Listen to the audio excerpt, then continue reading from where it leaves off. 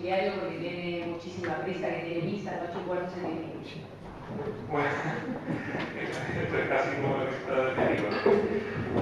Es encantable lo que estamos comentando ahora, Fernando, de paz que para mí es una pena poder asistir y quedarme, pero que afortunadamente veíamos que también la modernidad tiene su parte positiva. Antes, para una conferencia, era perversa, no sé después de esta, ¿no? Pero ahora por los medios de grabación y comunicación, pues tener la posibilidad de poder escucharlo en otro momento, más adelante. Hoy es imposible, porque tengo la Eucaristía a las 8:15 en el seminario y obligaciones constantes de vivir, que no hay la preparación de esos sacrificios me impiden estar. Pero sí, bueno, me gustaría en primer lugar agradecer la presencia de quien hoy nos va a ilustrar con su sabiduría en un tema que además es importante, no solamente por la actualidad, ¿no?, sino por lo que está detrás, ¿no? Casi siempre los acontecimientos históricos no son solamente por lo que tienen de puntual y inmediato, sino porque tiene siempre un trasfondo del pasado y también del futuro. Y por eso es muy importante escuchar a los historiadores que son capaces de rastrear más allá de los meros hechos, lo fáctico, ¿no?, pero también los acontecimientos, es decir, el fondo y la trascendencia de ellos. Sin más me tengo que ir porque aún queda tiempo. En cualquier caso, pues agradecer y también invitar a que durante todos estos cursos estemos atentos, ¿no?, a las convocatorias de las distintas conferencias, porque yo creo que puede ser muy interesante. Y que es una manera también con nuestra presencia, con lo que aprendemos y lo que luego difundimos, que para eso existe la Asociación Católica de Propagandistas, el contribuir por nuestra parte a hacer presente a la Iglesia, a lo que la Iglesia tiene como misión, que es transmitir la verdad de Jesús y su Evangelio en este mundo. Pues buenas tardes a todos y que disfruten de la conferencia.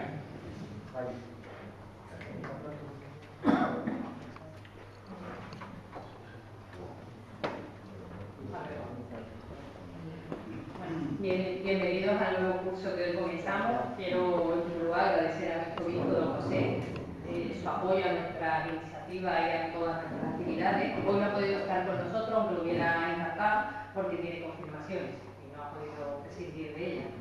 Agradecer también la presencia a don Joaquín Ortiz, presidente de la Real Academia San Dionisio, de aquí, a los propagandistas de Sevilla y Cádiz que han venido, y a todos ustedes que están aquí en esta apertura de curso. En este curso seguiremos el mismo formato que en años anteriores.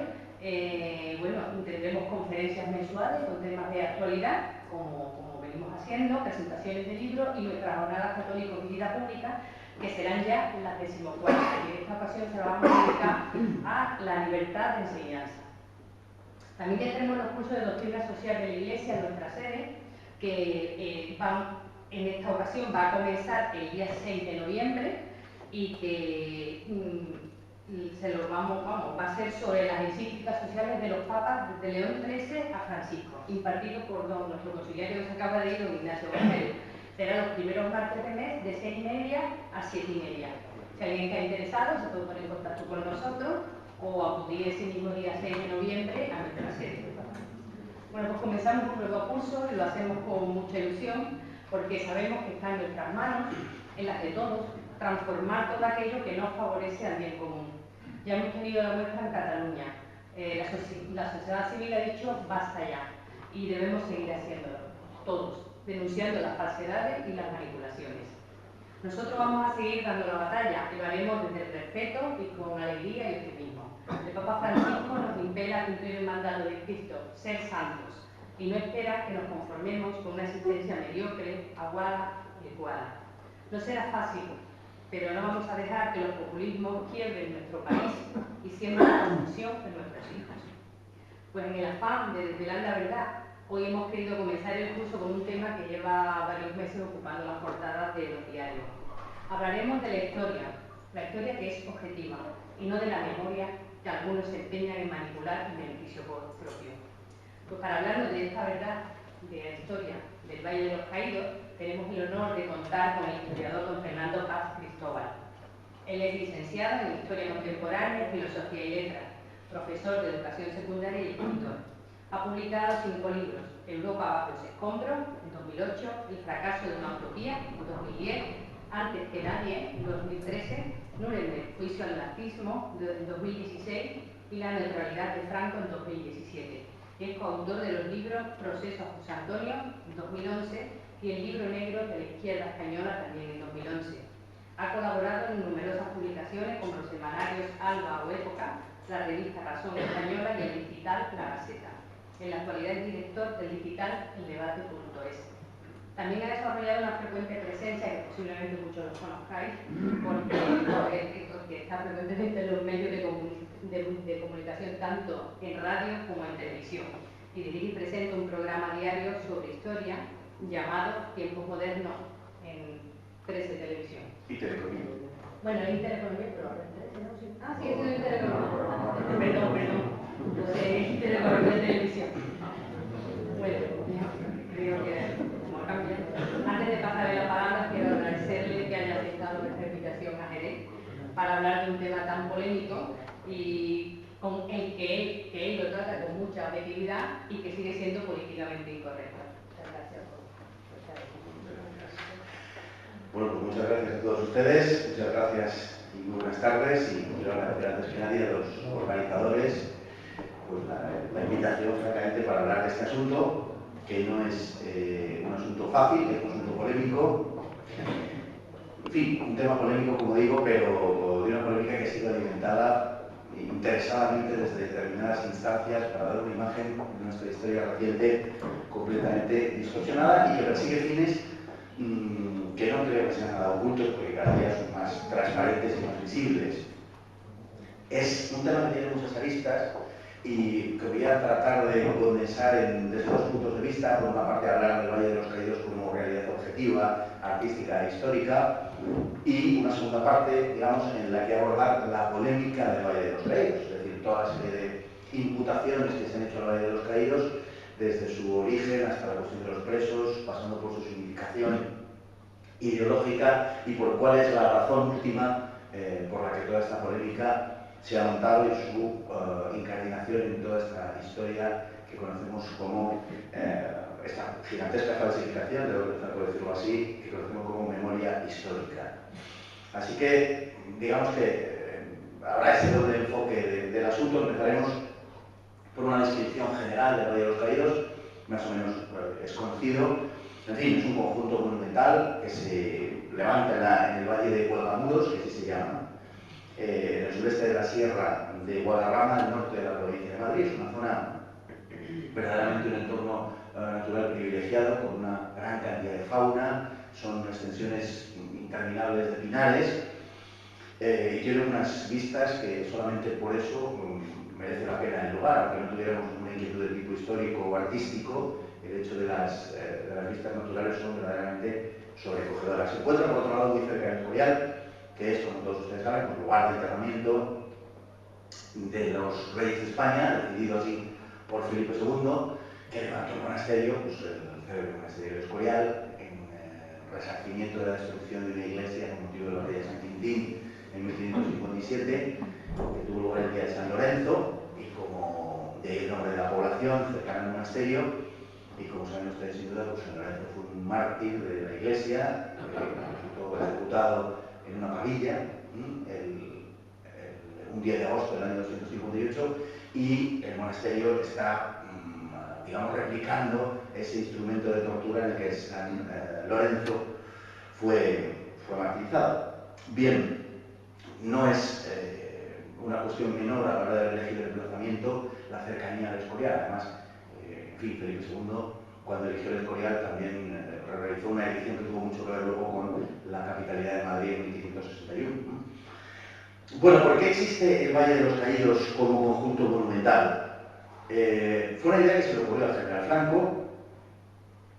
Pensó que debía conmemorar la victoria de 1939 en la Guerra Civil Española, probablemente en los últimos momentos de la guerra, ya en el propio año 39 o quizá inmediatamente después de terminar el conflicto. En cualquier caso, paseó por allí en varias ocasiones, en la primavera de ese año, y eligió él personalmente el emplazamiento porque quedó seducido por el lugar, digamos, por la exuberancia natural del lugar y, como digo, por las vistas, ¿no? Se levantó a partir de entonces ese conjunto monumental que comenzó en 1940, en los primeros movimientos y que duró en su construcción hasta 1958. Por tanto, todo lo que vamos a estar hablando es de esos 18 años, que luego contaremos un poco más. Es el mayor conjunto funerario del mundo y uno de los más sobrecogedores complejos religiosos. Bueno, el Valle de los Caídos tiene una significación artística e histórica de primer orden. A veces, desgraciadamente, por razones, yo creo que conocidas de todos, por su polémica que hemos oído antes, por su significado histórico, e incluso por el debate ideológico en torno al conjunto, nos olvidamos de lo que verdaderamente allí se erigió en su momento y aquello que podemos ver en una visita. Y yo voy a hacer un breve recorrido, digamos, por los principales elementos que conforman el conjunto, y trataré de hacerlo lo menos farragoso posible, pero sinceramente me parecería que no haría justicia al tema del Valle de los Caídos si no hiciera por lo menos una mención de esos elementos que creo que son, si han estado, yo supongo que la mayoría de ustedes han estado, pues son elementos artísticos de primer orden, ¿no? La iglesia de la Santa Cruz del Valle de los Caídos recibió el título de basílica en 1960 por decisión de Juan XXIII, el Papa Juan XXIII. Es una de las mayores basílicas del mundo y, desde luego, la mayor basílica excavada en cualquier lugar. El conjunto monumental del valle consta de la basílica, del monasterio y de la hospedería. Por tanto, hay tres grandes partes, ¿no? Los planes iniciales de la basílica subterránea excavada en el Cerro de la Nova fueron realizados por el primer arquitecto, que fue Muguruza, Pedro Muguruza, y fue culminado por Diego Méndez, quien llevó a cabo ciertas modificaciones sobre las ideas originales, aunque básicamente se respetaron esas ideas originales, ¿no? La enorme basílica tiene 262 metros de longitud. Existen además 6 capillas en los laterales de la basílica, dedicadas a distintas advocaciones de la Virgen como patrona de los ejércitos, y por su vinculación a importantes aspectos, además, de la historia de España. Al entrar a la derecha, el primero que tenemos es la Inmaculada Concepción, Nuestra Señora del Carmen, ambos son obra de Carlos Ferreira, y Nuestra Señora de Loreto de Ramón Mateo. A la izquierda tenemos Nuestra Señora de África, de Ferreira también, Nuestra Señora de la Merced, de Ramón Lafayette, y Nuestra Señora de Pilar, también de Mateo. Los otros elementos escultóricos y pictóricos en el interior de cada capilla son obra de la familia Lafayette. Por otro lado, en cada capilla tenemos un tríptico de estilo gótico, verdaderamente conseguido, muy bonito desde el punto de vista histórico-artístico, gótico flamenco del siglo XV, que no es real, que es una imitación también de la familia Lafayette, y un frontal de altar en relieve. En ambos casos representan escenas de la vida de Cristo y de la Virgen María. Se observan a los lados 8 estatuas sobre pilastras, obras de Antonio Martí y Luis Sanguino, que representan a los contendientes caídos en la guerra, tanto por tierra, por mar, por aire, y a los voluntarios de los distintos servicios del Ejército Nacional. Un elemento importantísimo también es la puerta de la basílica, construida como la escala posterior en bronce macizo. Los bajorrelieves representan en primer término a los 12 apóstoles que están abajo, cada uno con la frase del credo apostólico que le atribuye a cada uno de esos apóstoles la tradición.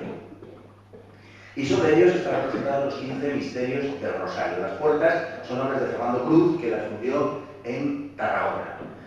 Bien, tenemos el ascenso a la cruz, hay un funicular también que no funciona, la mayor parte de las veces, y luego lleva muchos años sin funcionar. Se puede subir andando a la base de la cruz por una senda que parte de la explanada posterior entre la abadía benedictina y la hospedería. Al final de la misma hay 280 escalones. Es todo absolutamente monumental, todo lo que tenemos en el Valle de los Caídos. También se puede ascender a la base de la cruz usando el funicular que se encuentra en situación sureste-norte, que arranca a unos 1.258 metros de altitud y sube hasta los 1.383, o sea, salvando 125 metros de altura con una pendiente, de 44%. Y llegamos al elemento central del complejo, que es la cruz.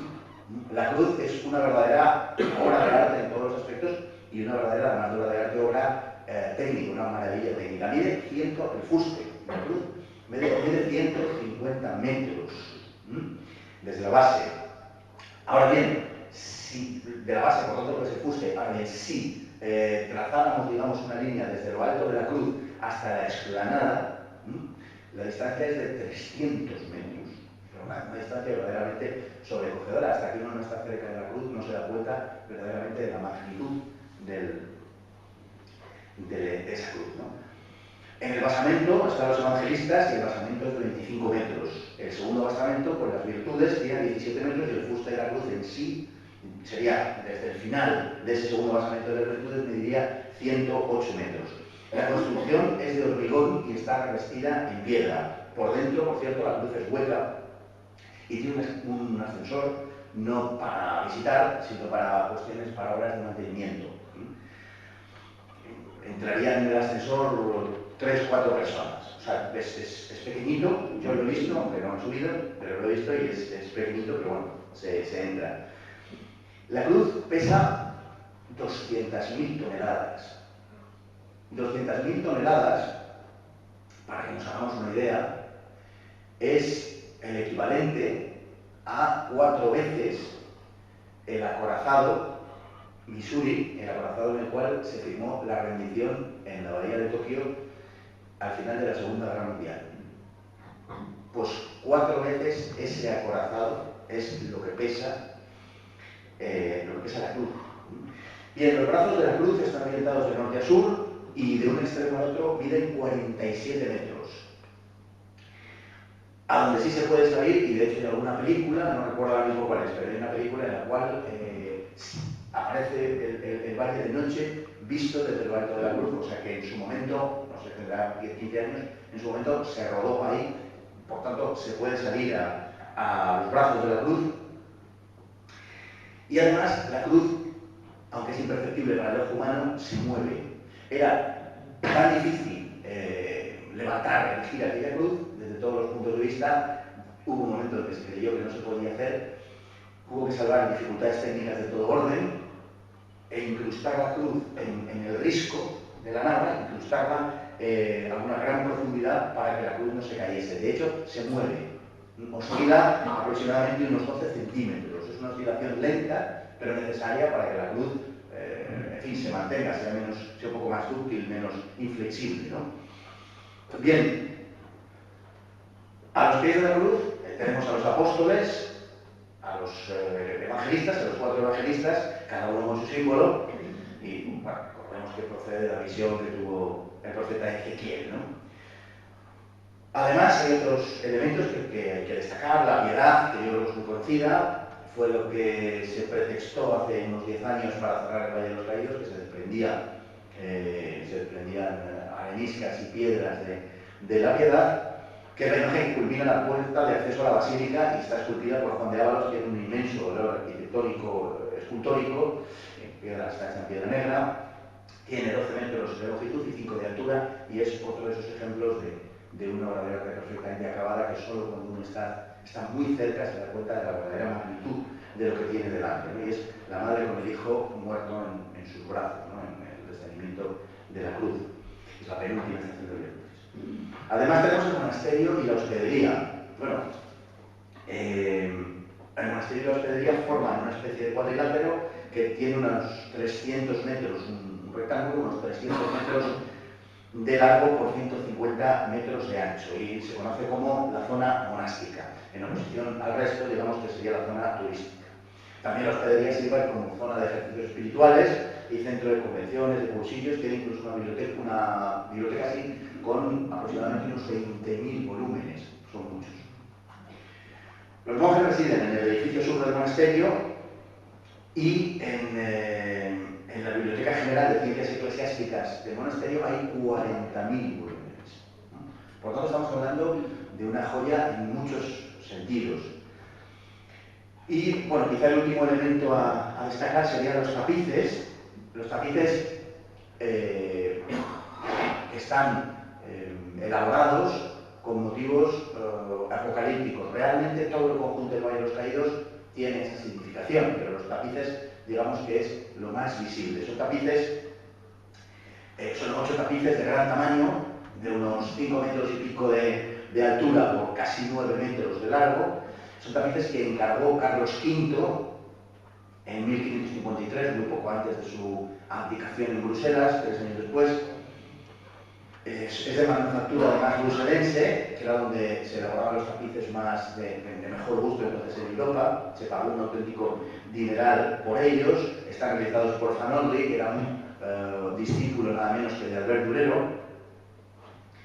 y el traslado hasta España fue un traslado en aquel momento fue muy accidentado. En 1559, cuando se terminaron y se llevaron a la península, el barco que los transportaba, naufragó debido a una gran tormenta y se perdieron 6 de los 8 tapices.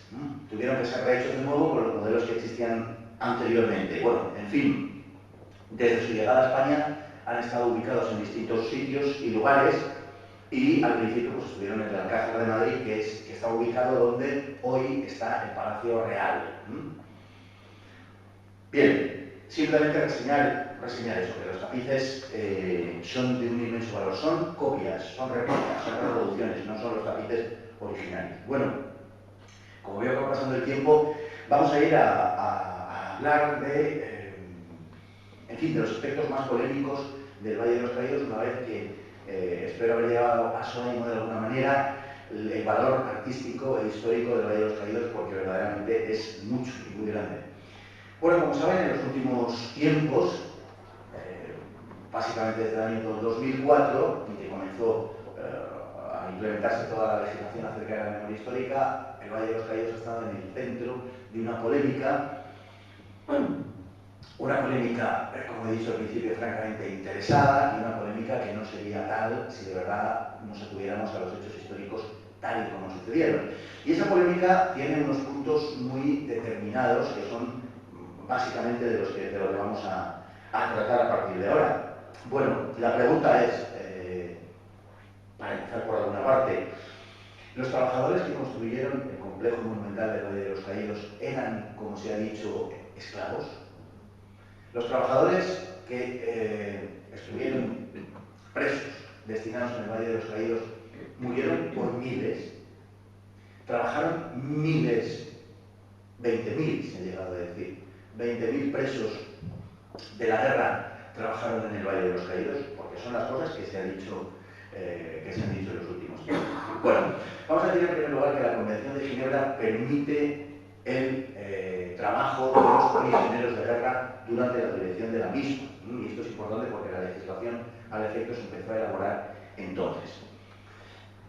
El número mayor de presos que hubo en el Valle de los Caídos, de presos que podemos llamarles presos políticos, pero no en la acepción que tiene este término actualmente, es decir, no son presos de conciencia, no son presos por razones políticas, son presos por haber cometido delitos, por haber cometido crímenes, y luego especificaremos cuáles. Sin embargo, en aquella época se le daba la nomenclatura también de presos políticos extraoficialmente, no oficialmente, pero sí extraoficialmente, por ejemplo, las actas del patronato los denominan así, en oposición a los presos que eran meramente comunes, ¿de acuerdo? Pero no significa que fueran presos políticos como se entiende hoy la categoría de presos políticos, presos de conciencia o presos por convicción o por ideología. Bien, no hubo más de 2.000 durante todos los años que duró la construcción del Valle de los Caídos, y jamás hubo más de 750 al mismo tiempo, y esto también tiene su importancia. Todos ellos estuvieron en régimen de redención de penas desde 1943 a 1950. Y todos los presos que estuvieron en el Valle de los Caídos, estuvieron destinados a los 3 destacamentos que había en el Valle de los Caídos, todos fueron voluntarios. Obviamente no estaban voluntariamente presos, pero estando presos se prestaron como voluntarios para ir al Valle de los Caídos, porque el Valle de los Caídos tenía una serie de ventajas indudables. Y no era extraño que nunca faltasen voluntarios, ya que los presos reducían sustancialmente su condena. En principio, la reducción de condena era de 3 días por cada día trabajado, pero llegó a ampliarse con el paso de los años y muy pronto eran 6 días, hasta 6 días por cada uno de los días trabajados. Lógicamente, todo el mundo quería ir al Valle de los Caídos. Además, los presos cobraban un salario que era igual que el de los trabajadores libres, con sus correspondientes detracciones, por supuesto. El régimen bajo el que se hallaban incluía una serie de ventajas sobre otros presos, como además era una amplia libertad de movimientos, algo que está absolutamente acreditado, seguros sociales equivalentes a los de los trabajadores libres, trato normal con empleados libres del complejo, visitas y colegio para los hijos, además de casas para las familias y una mejor alimentación, que luego lo diremos, no solamente con respecto al resto de los presos, sino que los presos que estaban en el Valle de los Caídos destinados se alimentaban mejor que los soldados del ejército español. Por eso, no fueron raros los presos que una vez habían terminado su condena en el Valle de los Caídos se reengancharon como trabajadores libres para seguir trabajando en el Valle de los Caídos. Los penados, una vez recibidas sus condenas, solicitaban al ministro de la Gobernación, mediante escrito dirigido al Consejo de Obras del Monumento Nacional a los Caídos, quedarse como obreros libres en las obras. Paco Raval, actor que yo creo que todos ustedes conocen, sobradamente conocido, reconoció que el régimen en el que vivían, leo literalmente, dice, era mucho más suave que el de las prisiones. Todos procurábamos echar una mano a los obreros profesionales porque los presos no eran útiles para aquella clase de trabajo. Se lesionaban, no sabían ni podían trabajar. Muchos iban solos a El Escorial o a Guadarrama y no se fugaban, sino que volvían. Hubo, me parece que 7 fugas durante todos estos años. Estaban en un régimen de práctica libertad, tenían que pedir permiso para salir y de hecho hay 3 presos que fueron castigados por haberse marchado del Escorial sin pedir permiso, porque si pedías permiso, podías ir al Escorial, perfecto. Allí además podían tener a sus mujeres y muchos tenían a sus mujeres, dice Paco Raval, ellas iban allí y ya se quedaban. Bien, claro, hay que echar la vista atrás para darse cuenta de cuál era el régimen en el que verdaderamente vivía entonces el régimen legal, ¿no? Hay que tener en cuenta que hay un primer decreto del 9 de junio de 1939 que hace para todos los presos una reducción de una tercera parte de las penas por trabajo. O sea, de entrada hay una reducción de la tercera parte de las penas por trabajo. La ley del 30 de marzo de 1943 concede la libertad condicional para los condenados a menos de 20 años. Automáticamente. A los condenados a menos de 20 años por razones de lo que se consideraba rebelión militar, es decir, esos presos que no eran comunes. Ese año, ese mismo año de 1943, para diciembre, se habían liberado 20.000 presos en toda España. Los que fueron a trabajar al Valle de los Caídos eran los condenados a las penas más altas. En una gran parte, y sobre todo en los años posteriores, eran presos condenados a 30 años o bien presos que habían sido condenados a muerte, pero cuyas sentencias habían sido conmutadas y por tanto pasaban a cumplir 30 años.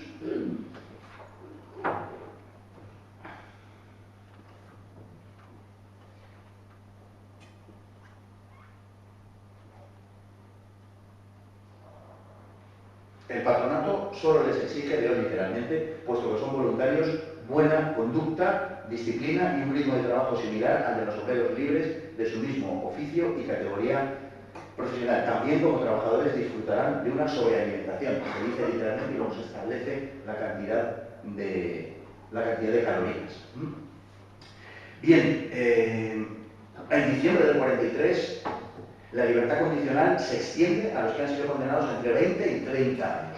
Estamos en el 43. El 9 de octubre del 45 se produce el llamado indulto total, excepto para aquellos con delitos de sangre, cuyas condiciones son como sigue: que la sentencia sea de 20 años y un día de reclusión mayor, que hayan observado buena conducta durante el tiempo de privación de libertad, que en la sentencia no aparezcan como responsables de homicidios, crueldades u otros hechos análogos, ya en concepto de ejecutores o de autoridades que los ordenaron, y que hayan cumplido 5 años de condena o si redimieron pena por el trabajo que la redimida, sumada al tiempo que llevan en prisión, alcance el total de 5 años. Por lo tanto, son condiciones excepcionales. A finales de 1943, el total de presos comunes y no comunes era de 40.000 en toda España. Estamos a finales de 1943. Les quiero recordar que hoy en España hay mucha más población, pero tenemos 70.000 presos. Por tanto, ese panorama de una represión brutal, feroz e indiscriminada no se aviene en absoluto con la realidad histórica. A lo largo de 1944 se da la libertad condicional a unos 2.500 presos, de los que 20.000 son aquellos presos por razones de la guerra civil. Solo 2.500 son presos comunes y hasta tal punto es así que se cierran 23 establecimientos penitenciarios en España. Para junio de 1945 había 22.989 presos de la guerra. La cifra se la dan a Franco, precisamente instituciones penitenciarias, y tengo la copia del documento que está en la Fundación Nacional Francisco Franco. Bien, la aplicación del decreto del 9 de octubre de 1945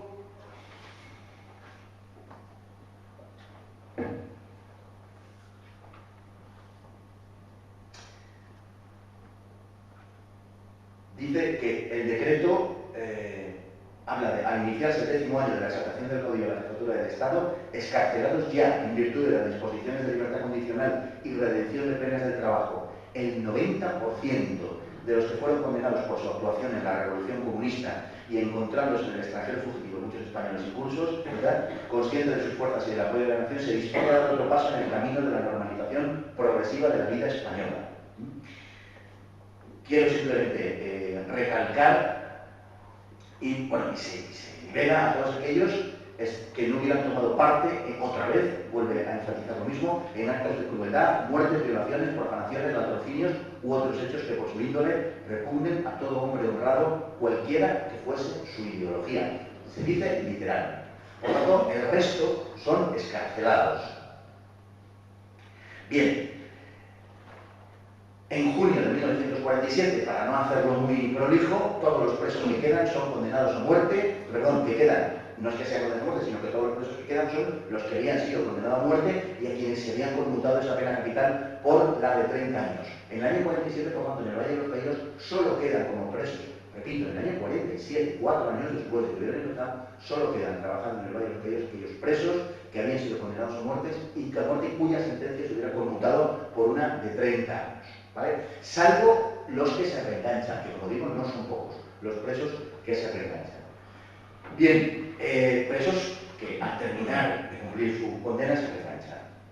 Bien, por tanto, podemos resumir todo esto diciendo 5 puntos. Los reclusos que comenzaron a trabajar en el Valle de los Caídos en junio del 43 redimían penas de 20 años y un día a 30 años, excepto un pequeño número de casos. La inmensa mayoría estaban incursos en esas condenas.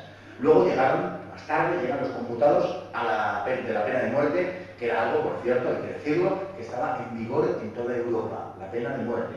En España, recordemos que el último ejecutado por razones comunes sucede en 1959, es el célebre caso Jarabo, es el último en que se ejecuta y con posterioridad hay otras ejecuciones, muy pocas, con un carácter, digamos, que podemos denominar político, realmente con un carácter terrorista, que es como hay que denominarlo, porque los que son ejecutados con posterioridad están incluidos en delitos de terrorismo.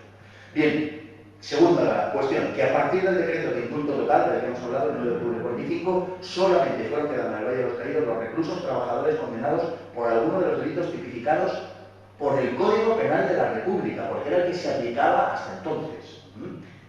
Como hemos visto en las normas penales aplicadas por los tribunales militares, junto a ellos, algunos liberados que habían solicitado continuar trabajando en las obras y comunes con penas superiores a los 2 años. Bueno, lo que habíamos dicho. En tercer lugar, que a partir de 1946 se eleva rápidamente el número de reclusos trabajadores del fuero común, o sea, los comunes.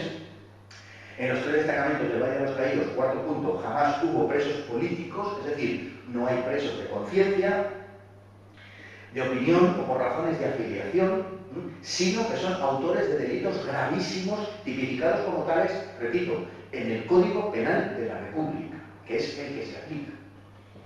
Que los que fueron recibiendo los beneficios de la libertad condicional lo consiguieron gracias a la redención de penas por el trabajo.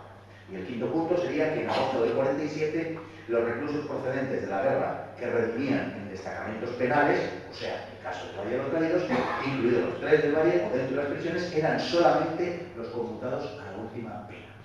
Bueno, son una serie de, digamos, de elementos que creo que nos enmarcan la cuestión. Para 1949, en toda España, hay encerradas 2.609 personas por delitos cometidos durante la Guerra Civil. 2.609, no los cientos de miles de los que nos están hablando en los últimos años. Repito, en 1949, en España hay 2.609 personas encerradas por delitos cometidos en la Guerra Civil. Por eso, la gran mayoría de penados que trabajaron en el Valle de los Caídos fueron comunes a partir de 1946. Bueno, ¿cómo vivían estos presos? Porque también se les han contado auténticas truculencias acerca de la existencia que llevaban en el Valle de los Caídos. Bueno, voy a simplemente leer un breve testimonio de uno de los presos, del Valle de los Caídos, Pedro Romero Pacheco, antiguo recluso, trabajador en el Valle, que era en el 2004, tenía 87 años y dio su testimonio. Y decía,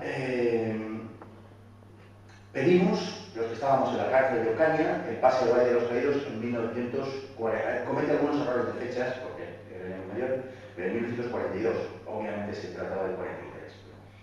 Éramos unos 270 presos en 3 destacamentos. Además, estaban los obreros libres que trabajaban con nosotros y lo hacían igualmente en 3 turnos de 8 horas en la perforación de la cripta. Dice, es absurda esa leyenda de que trabajábamos con cadenas.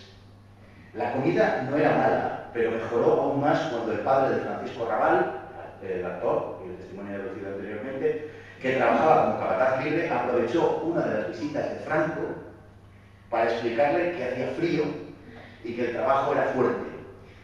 Franco se lo hizo anotar a su ayudante y el resultado se notó bien pronto. Los presos percibían una prima personal, además, y sus familias otra.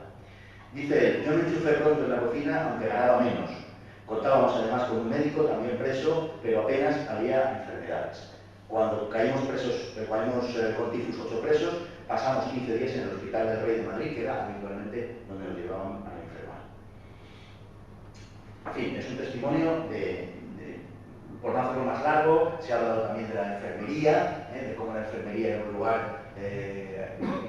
insufrible, por decirlo así, era un lugar absolutamente inadecuado, en fin, y hay unos cuantos testimonios que hablan de todo lo contrario, y además cuando las enfermedades eran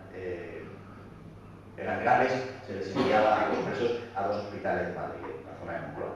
Bueno, como les he dicho antes, la comida era mejor no ya que en las cárceles, sino era mejor que en los cuarteles del ejército español. Se destinaban 4 pesetas al día por preso para comida. Entonces, en el ejército se destinaban 2,68 pesetas por soldado, es decir, que era una cantidad sensiblemente superior. Y resultaba suficiente, más que suficiente en cuanto a las calorías. Incluso estudios del patronato, elevados del ministerio, hablaban de que no es una broma, de que había casos de sobrealimentación porque no se distribuían de una forma homogénea y muchas veces pues había personas que estaban empleadas en servicios que no exigían un gran gasto y por tanto un gran consumo de calorías y recibían una cantidad de calorías muy cercana a la que recibían, por ejemplo, los marineros, ¿no? Sí, es verdad que la dieta no era muy variada, era bastante, por lo menos hasta el año 46, era una dieta bastante semejante y similar siempre, pero bueno, estamos en la posguerra y la verdad es que en el conjunto del país no se comía muy bien y se daban incluso algunos casos de inanición. Muchos menos, por cierto, que los que se dieron durante la Segunda República, pero algunos. Bien, hay un testimonio también de una de estas personas que estuvieron allí y que da su testimonio, Miguel Rodríguez Gutiérrez, que relata cuál fue la primera cena que recibió en el gran comedor del destacamento del monasterio de Cuervacuros. Y dice, comenzó el recuento un oficial de prisiones, justamente llegando a mí, me preguntó si yo era de nuevo y qué tal lo había pasado en Yeserías. Yeserías es una de las cárceles de Madrid, luego se destinó a cárcel de mujeres. Dice, bueno, bien, le contesté. Finalizó el recuento, me preguntó una serie de cosas. Dice, bueno, una voz del centro le contestó, o a una pregunta que había hecho, dónde estaba uno de los presos. Dice, ni siquiera comprobó que era verdad lo que se le decía. O sea, lo dio por hecho y comenzó el reparto de la cena. Estaba compuesta por patatas con carne, tenía buen aspecto y su olor era agradable. El reparto se hacía por mesas depositando con un cazo cuanto se solicitaba, en un plato que el penado presentaba. Observé cómo las botas de vino estaban a la orden del día. También me extrañó que muchos penados pidieran comida para sus familias, bien en un plato o en otro que exhibían. Es decir, servían hasta 2 platos colmados hasta arriba. Mi compañero me dijo que en una vivienda que había frente al barracón al pie del risco donde se instalaría la cruz, vivían hasta 15 familias de presos y habían venido a visitarlos desde los más diversos lugares de España, pasando junto a estos hasta un mes. Este, por tanto, era el régimen de vida que había en el Valle de los Caídos. Luego habla de cómo al finalizar la cena le sirvieron una copa de vino en el economato con un mostrador en el centro que era grande y espacioso. Dice, allí se degustaba tanto el vino como una copa de alcohol o se podía jugar a las cartas. Dice, el ambiente me recordaba a la taberna de mi pueblo de Badajoz, me parece que era de donde decían que procedía. Y dice, y más adelante habló además su testimonio de la comida de los domingos. Esta era una comida de un día de diario. La comida de los domingos, dice, que se nos repartió es extraordinaria. Paella de primer plato, un huevo frito y patatas de segundo, postre y un vaso de vino. Muy poca gente en España comía así en aquellos días. Bien. En fin, como veo que se me va el tiempo, no voy a extender en el tema de los salarios, pero cobraban lo que cobraba un trabajador libre. Cobraban lo mismo. Y no había toque de silencio. Por tanto, no estaban estrictamente hablando bajo un régimen militar ni tampoco penitenciario propiamente, sino que ellos, pues, relata cómo seguían hablando, cómo en verano incluso después de la hora convenida daban paseos por allí, se sentaban a tomar el fresco, en fin. No voy a leer el testimonio porque se nos va el tiempo, pero quiero dejar claro que ese era el régimen de vida que había en el Valle de los Caídos. Evidentemente no era un parque de atracciones, era un lugar donde trabajaban presos, pero las condiciones no son las de las pirámides egipcias que nos han contado. Bueno, ¿cuántos trabajadores murieron en la construcción del mausoleo? Se ha hablado de la muerte de cientos, algunos han dicho miles, yo no sé por qué no han llegado a decir millones, porque por el mismo precio se puede decir lo que se quiera, pero conocemos el número gracias a la contabilización del doctor que llevaba precisamente la enfermería, el doctor Ángel Lausín, que estaba preso, en Cuelgamuros. El total de los que allí fallecieron fue de 14 presos. Hay quien eleva la cifra a 16, no se pone de acuerdo, 14 o 16. En cualquier caso, es una cifra absolutamente normal desde el punto de vista estadístico, si no queréis lamentar cualquier muerte, por supuesto, pero es una cifra normal, digo, desde el punto de vista estadístico para una obra de este porte. Los túneles de perforación que se han hecho en muchas zonas de Europa para atravesar los Alpes y cosas semejantes han arrojado un balance de muertos bastante superior. Por tanto, no es nada extraordinario ni exorbitante, ¿no? Otra de las cosas que se ha dicho, digo, y quiero recordar, 14, 16 muertos, es que se ha llegado a hablar de cientos de muertos. Es que justo cientos y algunos ha dicho hasta miles de muertos. ¿Cuál fue el coste del Valle de los Caídos? Que se ha dicho que, bueno, que fue una obra faraónica en tiempos de miseria y que si ese dinero que se le había robado al pueblo español se hubiera dedicado a otras cosas, etc. Bueno, el Valle de los Caídos no costó una peseta al erario, al dinero público, ni una sola peseta. El 75% del coste del Valle de los Caídos se financió con el sobrante de lo que se llamaba la suscripción nacional. La suscripción nacional fue la suscripción que se abrió en la zona nacional para recabar apoyos económicos durante el tiempo que duró la Guerra Civil Española. Y sobró dinero, hasta el punto de que el 75% se costeó con ese dinero que había sobrado de la Guerra Civil. El 25% restante salió íntegramente de 2 sorteos extraordinarios de lotería. ¿Vale? O sea, la gente compró esa lotería, pues sorteo extraordinario, precisamente para sufragar el Valle de los Caídos, con perfecta conciencia de lo que hacía. De hecho, yo he tenido ocasión de ver un décimo de verdad, un décimo real de entonces, y aparecía, se decía en el décimo para qué era el décimo, y aparecía una foto del Valle de los Caídos todavía no inaugurado, porque me parece que uno es del año 57 y el otro 58, si no recuerdo mal. Por tanto, no estaba inaugurado, pero estaba ya terminado, y aparecía esa foto en los 2 décimos de cada uno de los años. Bien, no costó una peseta. ¿Qué se persigue entonces con el cerco al Valle de los Caídos? ¿Por qué esta sarta de mentiras? ¿Por qué esa falta de respeto a la verdad histórica? Evidentemente cada uno puede tener el punto de vista que quiera, cada uno puede defender la ideología que estime más oportuna y creer las cosas que les sean más queridas, no faltaría más. Pero lo que no se puede es mentir, y lo que se viene haciendo para apuntalar determinados puntos de vista y visiones de tipo ideológico es sencillamente mentir. Las mentiras acerca del Valle de los Caídos tienen todo que ver con la memoria histórica, con eso, y me van a permitir que lo denomine así, con eso, que llama la memoria histórica. El Valle de los Caídos, la verdad sobre el Valle de los Caídos resulta sencillamente insoportable para todos aquellos que quieren imponer una versión y una visión unilateral de la historia. Son los mismos que mientras quieren derribar unos monumentos, le erigen monumentos a otros. Es la memoria histórica o la memoria hemipléjica histórica. El Valle de los Caídos forma parte de esa damnatio memoriae que se lleva ejecutando desde hace más de una década. La damnatio memoriae, como seguramente sepan, pues es aquella práctica que no se denominaba así entonces, por cierto, aunque es una frase latina, es una frase acuñada en el siglo XVIII, pero que llevaban a cabo en tiempos romanos, también en tiempos de los faraones egipcios, cuando el que había antecedido al nuevo emperador no era del agrado ni del gusto de este, ¿no? Y entonces lo que se hacía era borrar toda referencia que hubiese en monumentos, en documentos a ese emperador. Había que hacer como que no había existido. Bueno, pues estamos exactamente ahí. Nuestro camino del progreso está exactamente ahí. De hecho, el Valle de los Caídos es uno de los puntos que atacan con mayor acogibilidad. Se trata, como digo, de borrar el recuerdo, de borrar hasta el recuerdo de los vencedores de la guerra civil a través de una gigantesca impostura que consiste en identificar a los derrotados en la guerra civil con la democracia, con la causa democrática. Se trata de una gigantesca impostura histórica. A los derrotados en la guerra civil, la democracia les traía sin cuidado. De hecho, el régimen republicano difícilmente puede ser calificado como un régimen democrático. No digamos ya el régimen republicano, que prácticamente no existía porque había sido barrido por la revolución en la zona del Frente Popular. Y por tanto, como digo, es una falsificación grosera la identificación, primero, del bando del Frente Popular con la democracia y segundo, a través de otra tergiversación, que es la identificación de los derrotados en la Guerra Civil Española con el bando aliado durante la Segunda Guerra Mundial.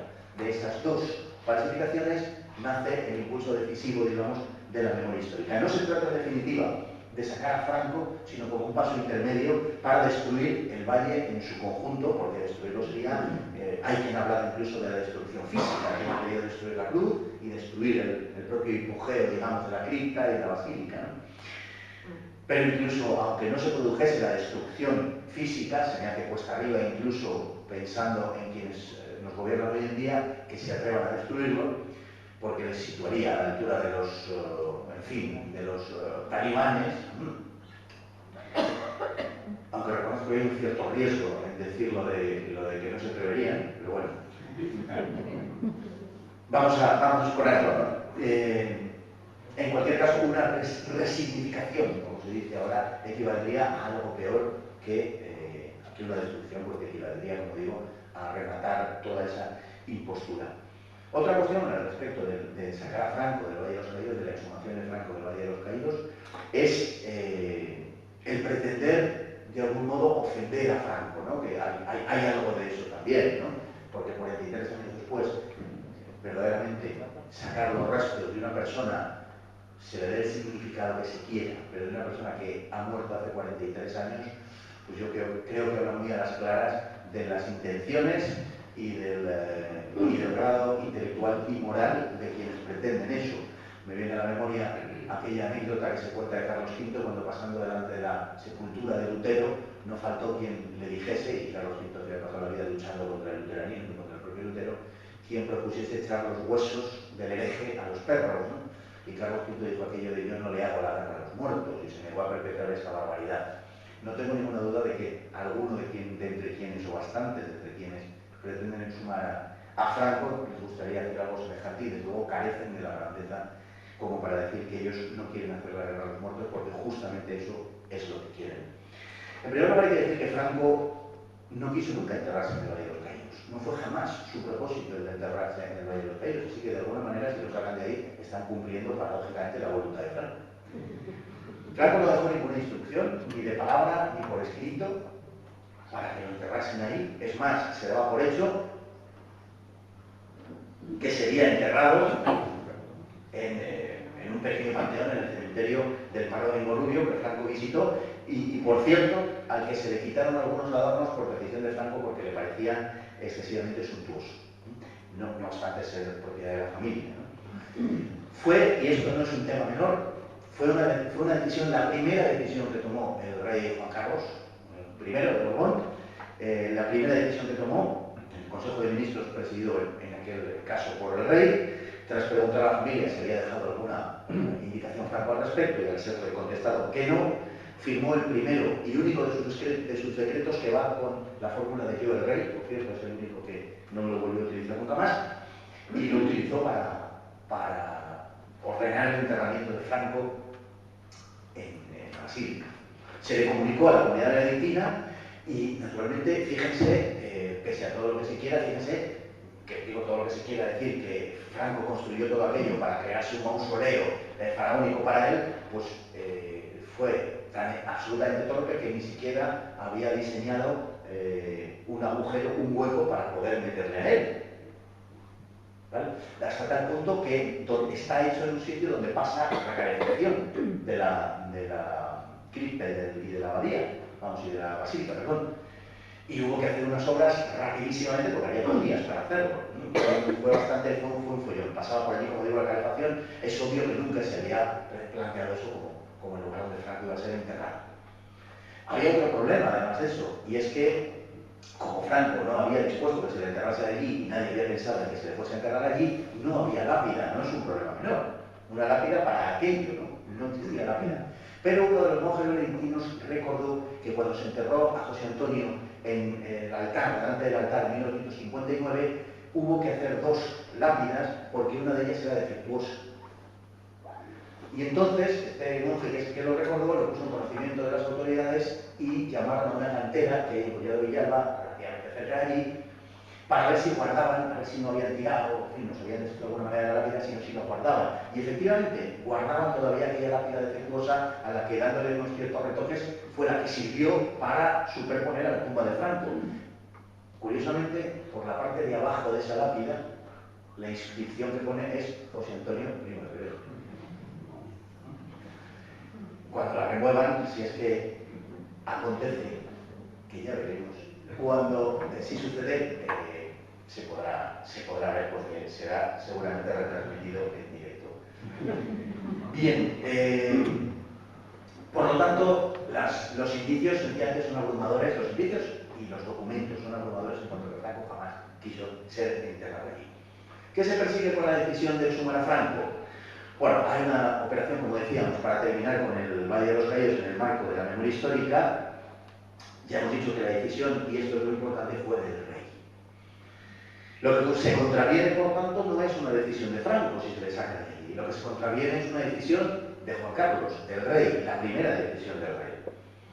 Y eso tiene un significado más profundo de lo que nos queremos. Tiene una finalidad determinada, porque la ley de memoria histórica persigue un propósito bien determinado y es un propósito ideológico. Un propósito ideológico con varios objetivos. El primero es asentar la hegemonía ideológica sobre el conjunto de la sociedad. El segundo es otorgar a un parlamento, lo cual es una monstruosidad, la capacidad de definir la historia, lo que es correcto o incorrecto, lo cual es propio de un régimen totalitario.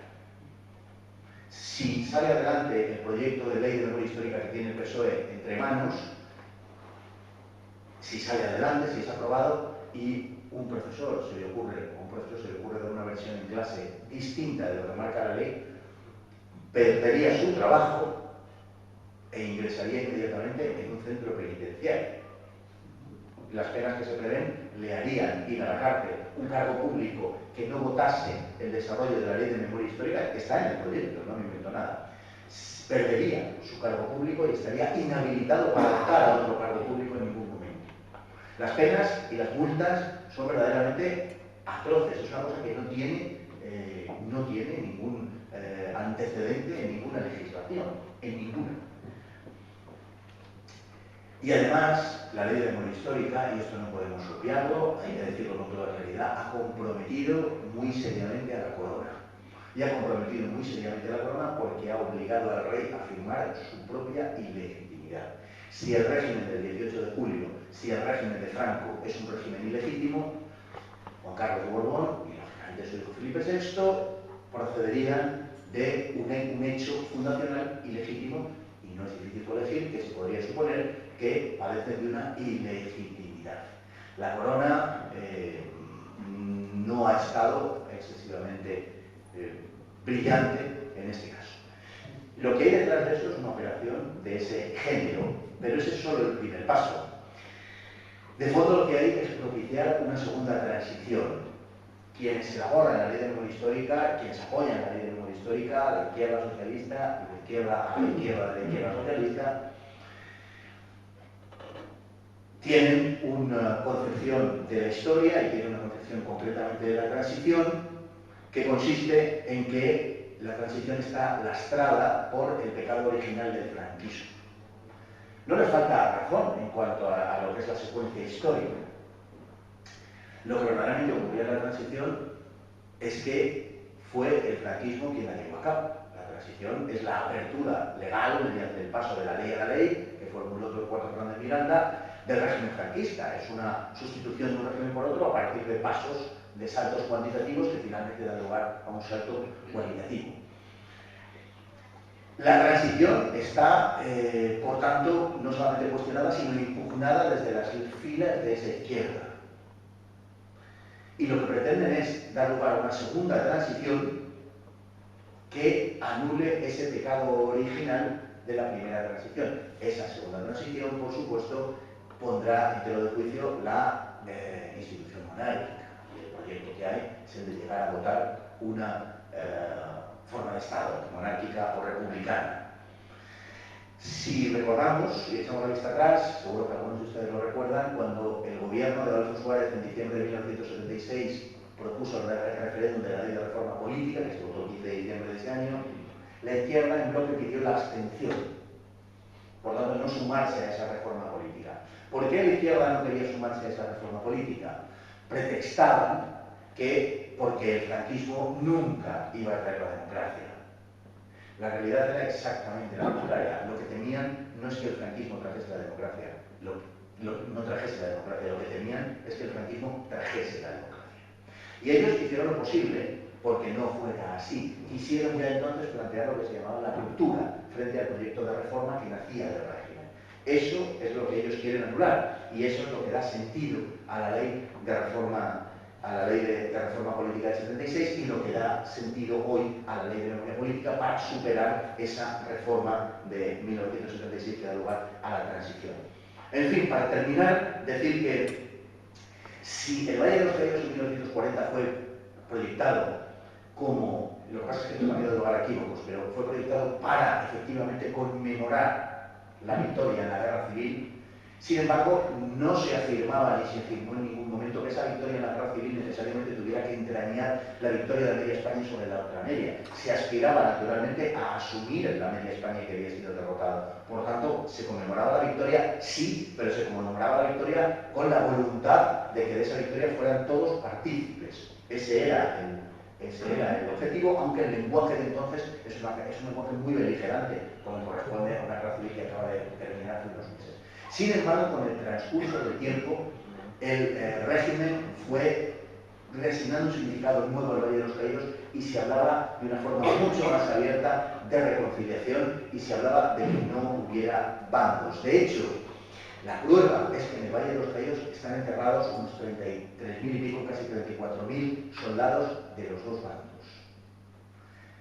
Esto al parecer también es motivo de polémica.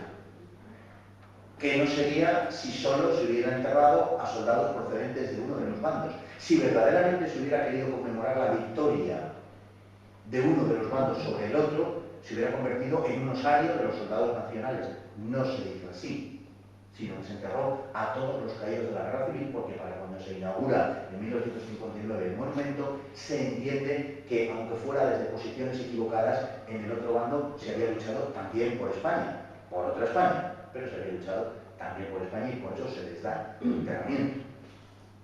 El monumento, en fin, cuando alcanza la polémica del año 2009, el monumento es uno de los más visitados en ese momento, más que el Monasterio del Escorial, más que el Palacio Real de Madrid. Fue cerrado por orden del Patrimonio Nacional, naturalmente por orden del gobierno de José Luis Rodríguez Zapatero, en noviembre de 2009, y se suspendió unilateralmente el mantenimiento. En fin, España se convirtió en el único país del mundo que tenía cerrada el culto de una basílica por orden gubernamental. En varias ocasiones, altos cargos del Ministerio de la Presidencia trataron de conseguir que el abad vitrario de la Santa Cruz, Anselmo Álvarez, y hoy el prior Santiago Cantera, abandone el lugar en la comunidad benedictina, saltándose toda la legislación habida, el decreto ley de su fundación, y aunque incluso más tarde se mantuvo, se volvió a permitir la celebración de la misa, se mantuvo cerrada la basílica. Bueno, la deriva absolutamente disparatada del gobierno entonces de Zapatero y su obsesión por expulsar a la comunidad benedictina como un paso previo para descaracterizar el valle y convertirlo en lo que dijeron un museo de la memoria, un museo del franquismo, etc. En fin, se vulneró toda la legalidad vida y por haber, y entre otras cosas, pues los artículos 522, 523, 24 y 25 del Código Penal, los artículos 1, 2, 3 y 4 de la Ley de Libertad Religiosa, los artículos 14 y 16 de la Constitución Española, el artículo 18 de la Declaración Universal de los Derechos Humanos, los artículos 18 y 20 del Pacto Internacional de Derechos Civiles y Políticos y el artículo 1 del Acuerdo entre el Estado Español y la Santa Sede.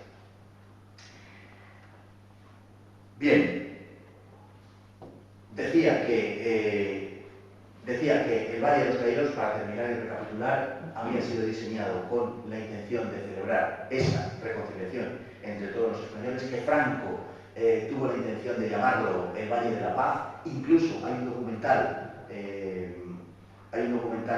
hecho por norteamericanos en el año 58, si no recuerdo mal, que se llama así, hoy es inencontrable, pero que se llama así, se llama el Valle de la Paz. Franco lo quiso llamar el Valle de la Paz. Curiosamente, el año 2016 a Manuela Carmena, la alcaldesa de Madrid, se le ocurrió que ¿por qué no le llamamos el Valle de la Paz? Alguien le dijo que se le había ocurrido a Franco y no insistió en el tema, pero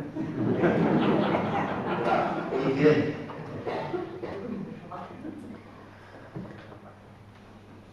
Bien, el decreto del 23 de agosto del 57, que figura en el BOE, al establecer la fundación y condiciones del Valle, insistía en la idea inicial. Allí debían ser inhumados caídos de ambos bandos, siempre que las familias así lo solicitasen. Cuando en julio del año 58 un padre jesuita, el padre Guerrero, publicó un artículo en la revista Razón y Fe reclamando que fuesen solo los caídos de un bando, el nacional, los que allí fueran acogidos, Franco se asustó, se negó a que fuera así, y el ministro Castilla, Fernando María Castilla, envió a uno de sus colaboradores, Esteban Fernández, a que celebrara una entrevista con el nuncio por si Roma había cambiado de opinión con respecto a los planes iniciales, y el nuncio les dijo que no, que se mantenían esos planes iniciales. Pero me gustaría recalcar aquello, digamos, del sobresalto de Franco cuando se entera de que desde la Iglesia se dice que solo, no desde la Iglesia, una persona de la Iglesia dice que tienen que ser enterrados solo de uno de los bandos. Bien, yo creo que no hay mejor muestra de lo que supera una guerra civil, que muchos se siguen empeñando en resucitar, y con un empeño, la verdad es que digno de mejor causa. Desde entonces, la Basílica del Valle de los Caídos se ha convertido en un centro de peregrinación para los católicos, en una casa de oración, en donde, como nos recuerda el actual abad, todos los domingos, cada día se elevan oraciones por los muertos que allí reposan, y también por la concordia entre los españoles, por los muertos que allí reposan sin distinción alguna de bandos. Y eso se lleva haciendo desde el primer día, sin distinción ninguna de bandos. Desde luego, muchos de los que hoy reparten esos carnets de buenos y malos deberían aprender. Es el gran instrumento, aunque se quiera negar, para la reconciliación que, según el sentir cristiano, solo puede lograrse a la sombra de la cruz que lo corona todo. Privar a la nación española de un vehículo espiritual de estas proporciones sería causarle a la nación española un daño irreparable. Si de verdad nos importa a España, si de verdad queremos defender a España, tenemos que empezar por defender la verdad histórica, la verdad de nuestra historia y, en este caso, la verdad del Valle de los Caídos. Muchas gracias.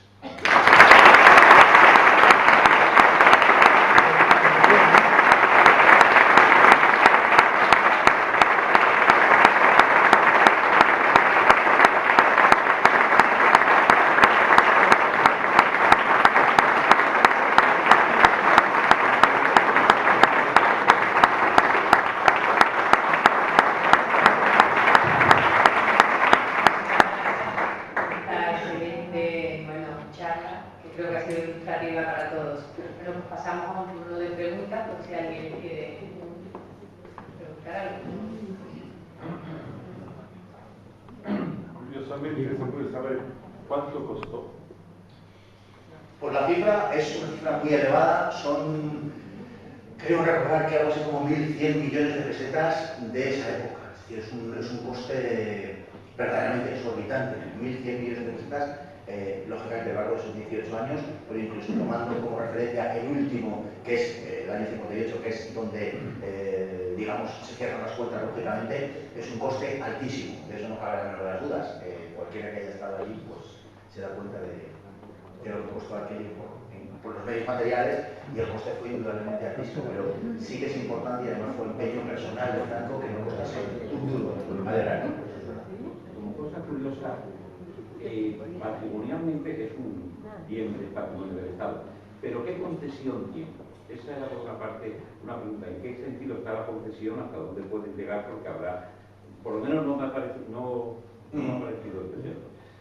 Y luego la siguiente, una cosa que ha comentado sobre la transición.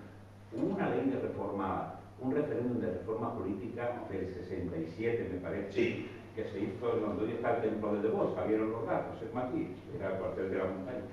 Y me parece que ahí se hablaba sobre todo a la parte de la transición, ¿no? De lo que se iba a llevar cuando terminara el régimen de Franco. Bueno, respondiendo al final, lo que se hizo, efectivamente, una serie de referéndums y de votaciones, cuando el régimen se abrió la participación, lo aquello del tercio familiar y tal, la representación orgánica. Exacto.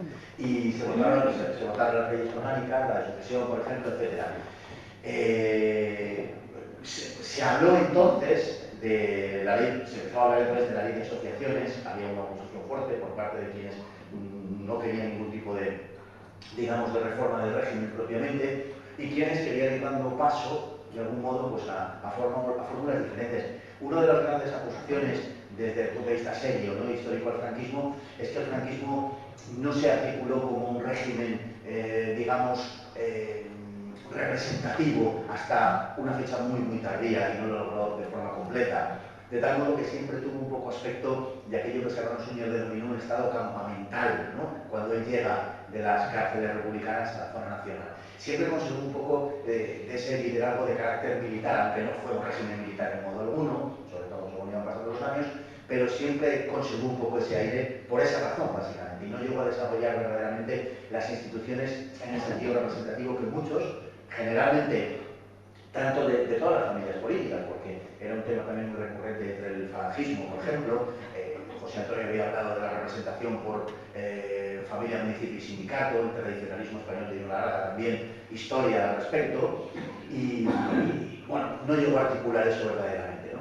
Pero no sé, la transición, aunque había, es que es muy complicado hablar, pero aunque había distintos grupos que tenían sus propios proyectos, desde dentro del régimen no había nada concreto, había muchas cosas, pero no había ninguna, no había nada en concreto. Entonces, nadie planteó entonces, aunque se hablaba abiertamente de los partidos políticos, ya en los años 60, pero nadie planteó entonces, digamos, nadie se presentó para defender eso, por decirlo de alguna manera. O sea, la transición no empieza con la muerte de Franco, obviamente empieza mucho antes. Empieza mucho antes en el sentido político y sobre todo en el sentido económico y cultural, a partir de los planes de estabilización sobre todo, ¿no? El 57-59 es lo que permite que luego se lleve a cabo la transición política, porque España tenía una transición económica y social, incluso cultural, y lógicamente lo que falta es acoplar, como sucedía en el resto de Europa, ese formulismo político. Y en cuanto a lo primero que ha dicho, es el régimen en el que está aquello. Claro, aquello pertenece al patrimonio nacional, pero hay un elemento distorsionador, que son los acuerdos entre la Iglesia y el Estado, porque aquello tiene la categoría de basílica y en consecuencia depende directamente de Roma. Y por tanto, cualquier iniciativa que se quiera tomar al respecto tiene que contar con la aprobación de Roma. Por lo menos en principio, el gobierno naturalmente puede presentar las cosas como una política de hechos consumados y hacer de su capa y de la de los demás un salario, pero en teoría y en puro derecho es muy discutible lo que pretende hacer el gobierno en este momento.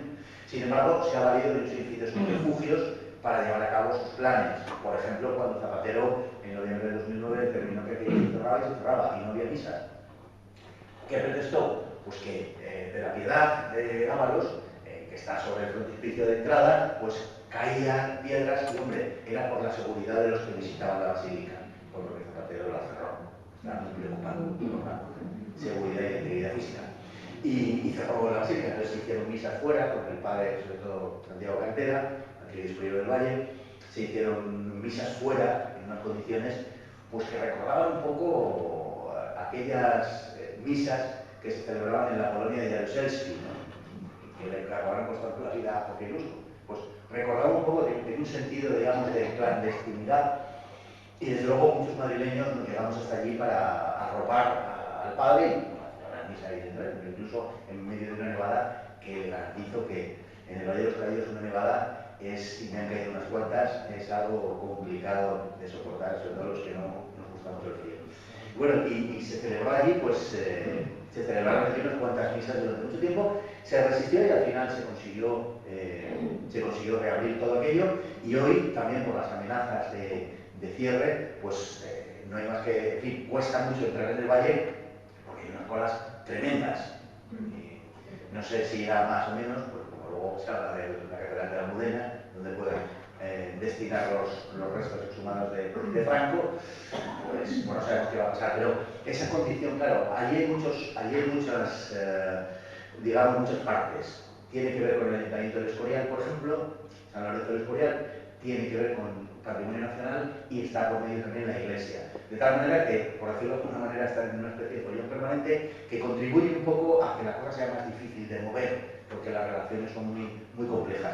Cuando se hizo la comisión de expertos, en fin, podríamos hablar de la comisión de expertos, pero cuando se hizo la comisión de expertos, de los expertos de don José Luis Rodríguez Zapatero, pues aquello se empantanó y quedó como quedó.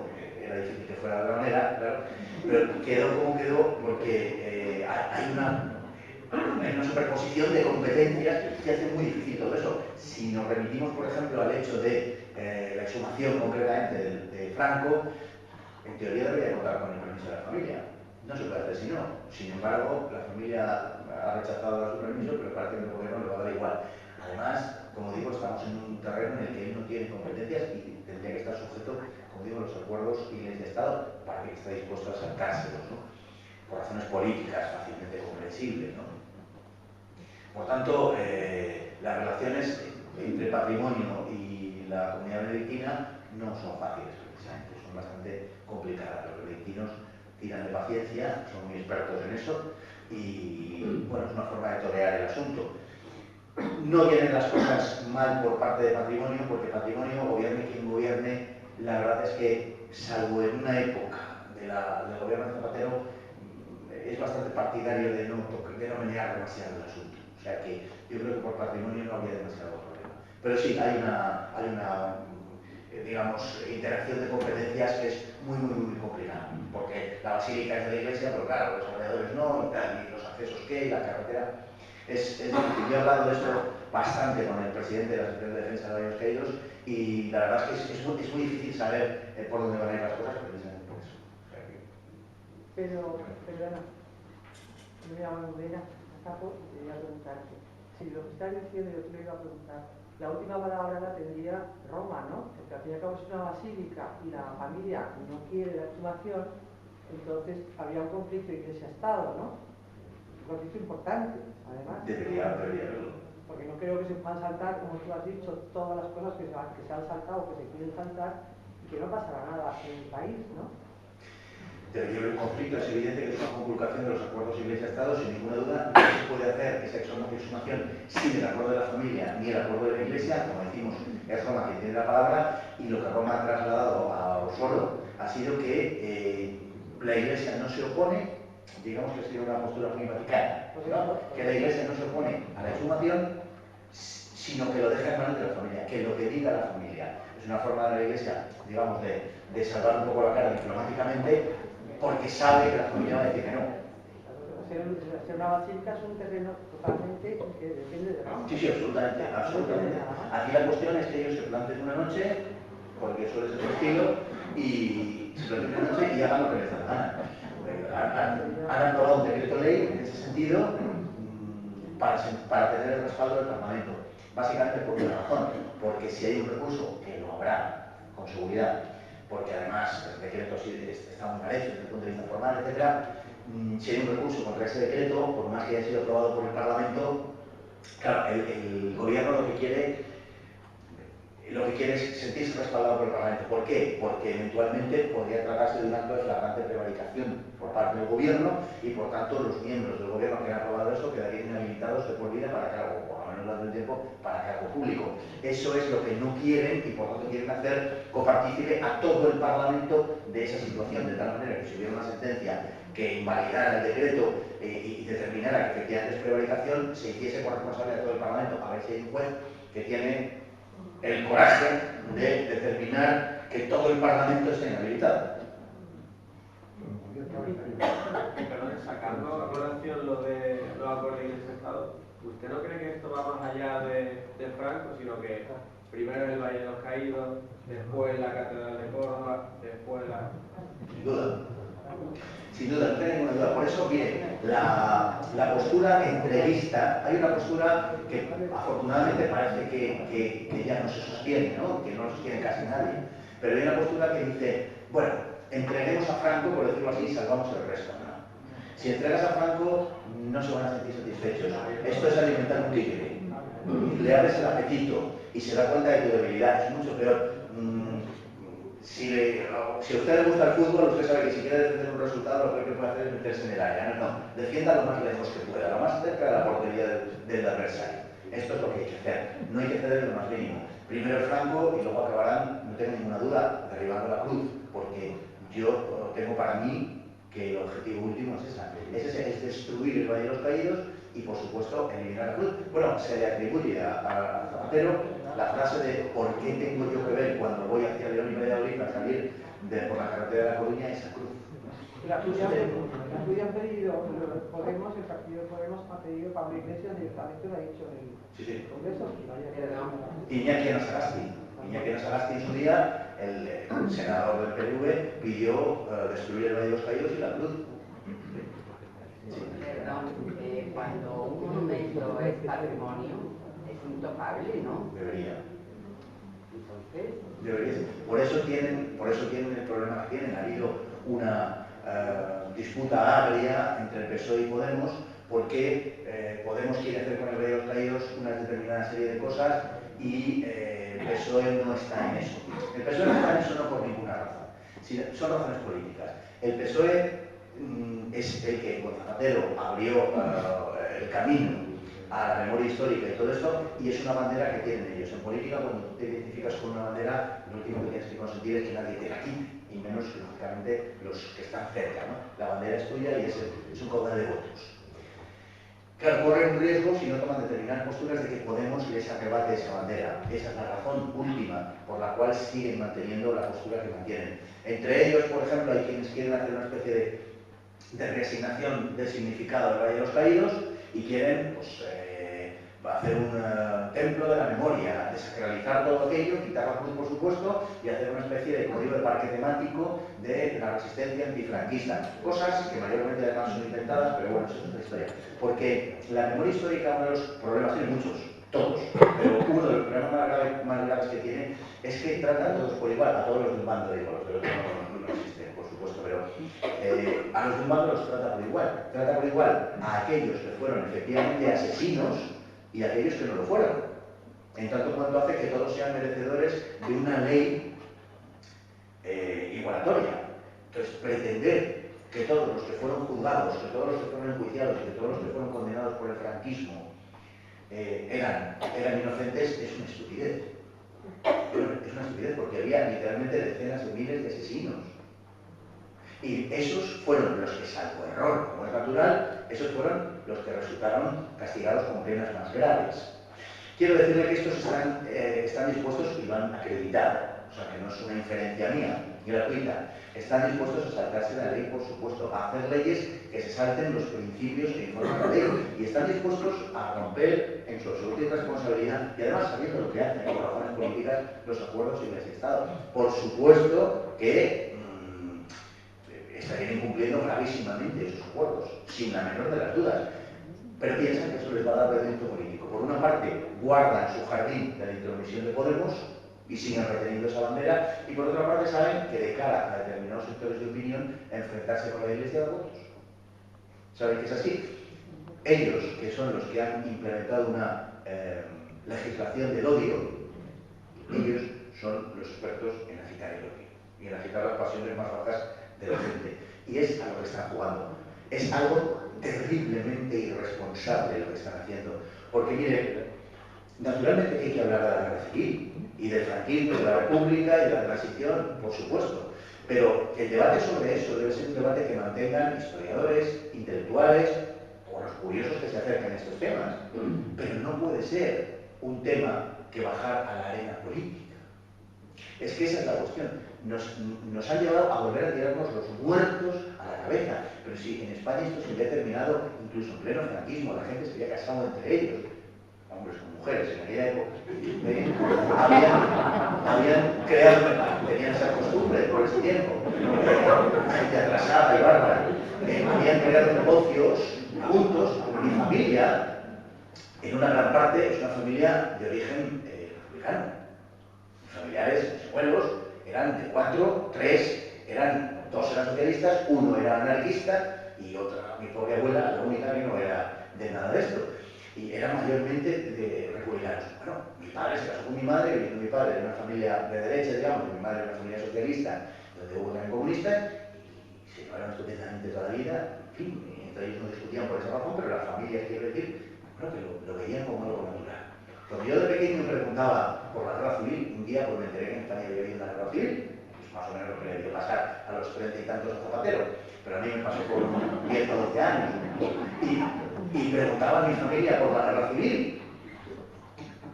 Y me decían, eso es una cosa, fíjese, estamos en los años 70, y me decían, eso es una cosa muy vieja, muy pasada, ya te enterarás, ya sabrás y tal. Pero no lo decían ocultando nada, es simplemente que era un episodio superado de que, hombre, nos veíamos toda la familia en Navidad y no era cuestión de la guerra civil, pues también era verdad, pero claro, un niño de 9 años o de 10 pregunta cosas incómodas, como me pasa ahora a mí con mis hijos. Bueno, e incluso les digo, en la facultad, en los cursos de doctorado, y les estoy hablando del año 2001, 2002, cuando, no, 1998, 99, ¿cómo pasa? Bueno, cuando yo intenté hacer un trabajo sobre ese episodio histórico, sobre la guerra civil, la respuesta de una persona que luego tuvo un alto cargo en la Universidad Complutense de Madrid y que dirigió la tesina al final, fue, pero si eso ya no le interesa a nadie. La guerra civil, en el año 98-99, cuando planteé hacer un trabajo sobre eso, me contestó que eso ya no me interesaba a nadie.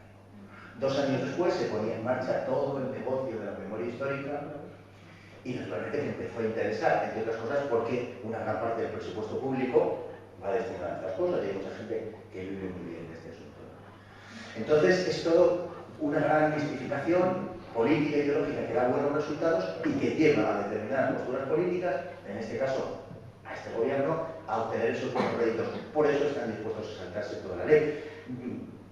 No obstante, tienen sus reparos, porque, claro, no es lo mismo hacer de su causario que al final pues, no suceda nada que la amenaza de que un juez eventualmente pueda declarar que se trata de una prevaricación, porque es que se trata de una prevaricación, evidentemente, si hacen lo que piensan hacer, por más que tengan el respaldo de un parlamento. El Parlamento, por definición, no puede saltarse la ley, aunque los 350 parlamentarios digan que sí, no se puede saltar la ley, eso es lo que conforma un Estado de Derecho. Ellos también están sujetos al derecho.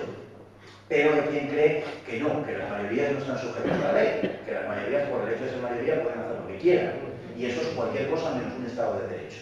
Bueno, pues están dispuestos a hacer eso. Y yo creo que sencillamente, pues por eso, porque tiene una virtualidad política, un peso político importante, saben que de ahí salen votos y les ayuda a mantener esa, es muy importante, esa hegemonía social.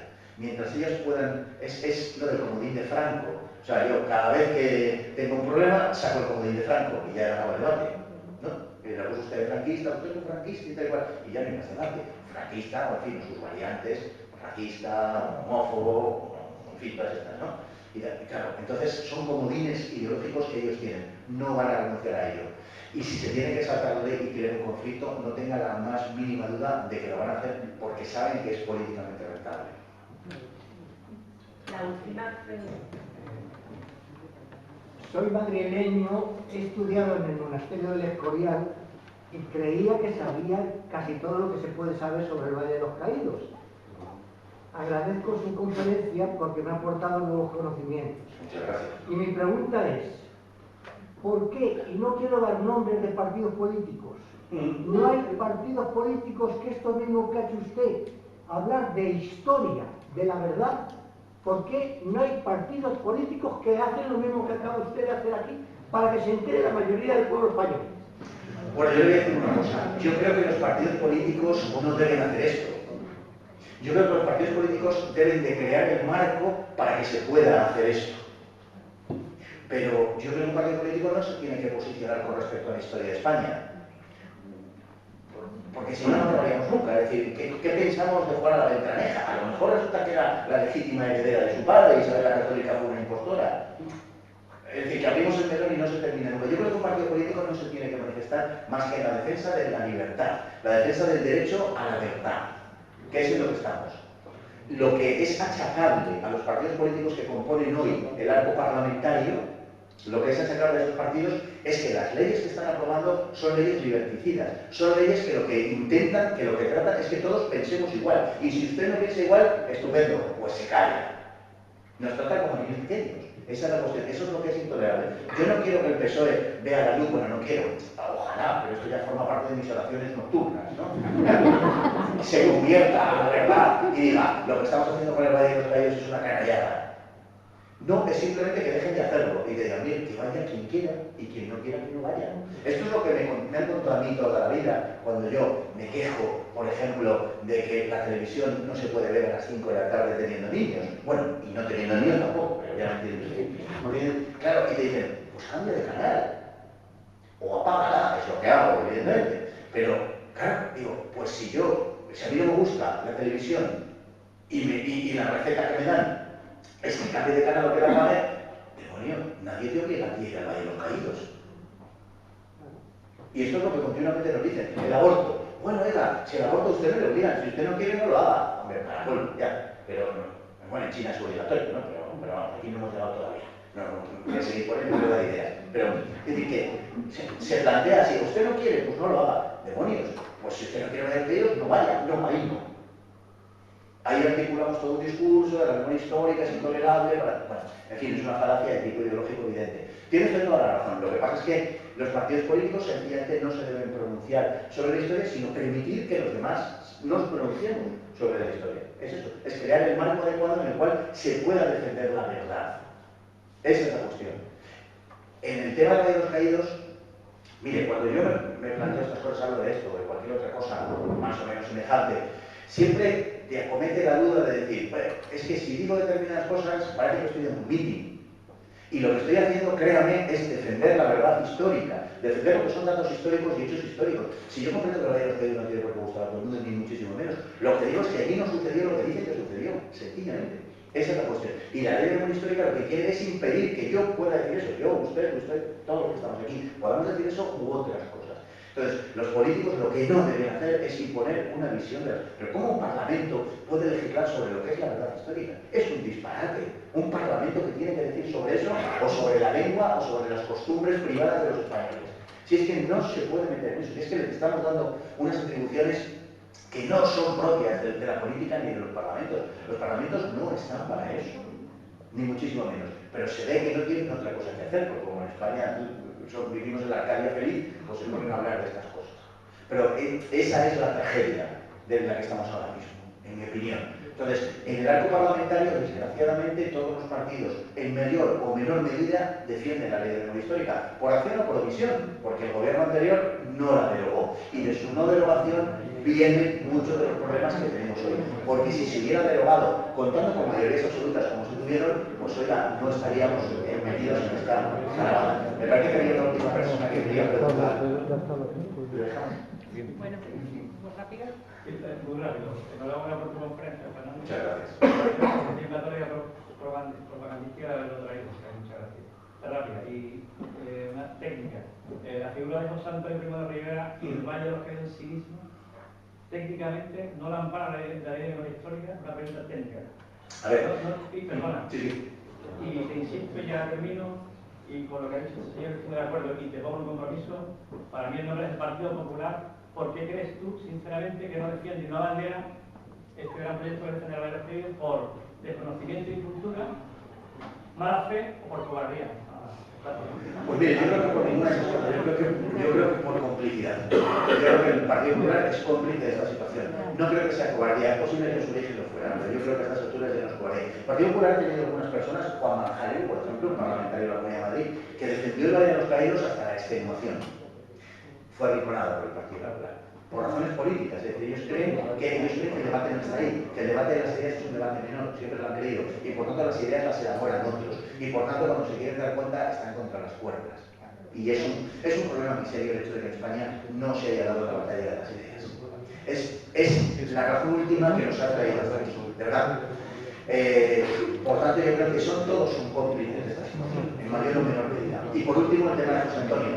Bueno, José Antonio Primo de Rivera está enterrado delante del altar mayor y se le enterró después de haber estado en el Escorial, lo cual suscitó en su momento también muchas ampollas por razón de que un sitio monárquico, etcétera, lógicamente, y se le traslada en el 59 cuando se abre el valle al lugar preferente, evidentemente, en el Valle de los Caídos. José Antonio saldría de ese lugar preeminente en el que está y sería enterrado, puesto que sí es una víctima de la guerra civil, de hecho es una víctima de los antecesores de los que elaboran la memoria histórica, saldría para ser enterrado en un lugar no preferente y por tanto, en fin, como cualquier otro caído, para entendernos, de la guerra civil, o bien su familia se haría cargo de los restos.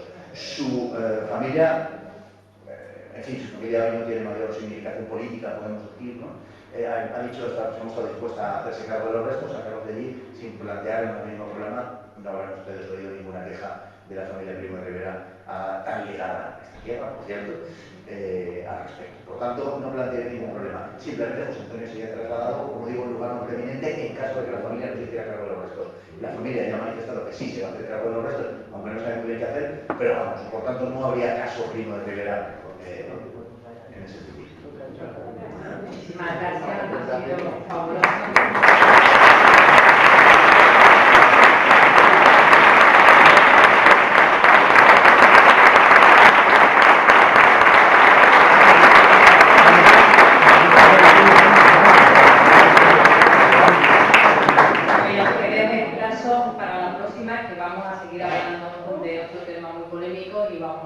Vamos a hablar de ideología de género, el verdadero rostro de la ideología de género, que no es tampoco lo que nos están contando. El día 13 de noviembre pues ya os llegará la invitación. Gracias.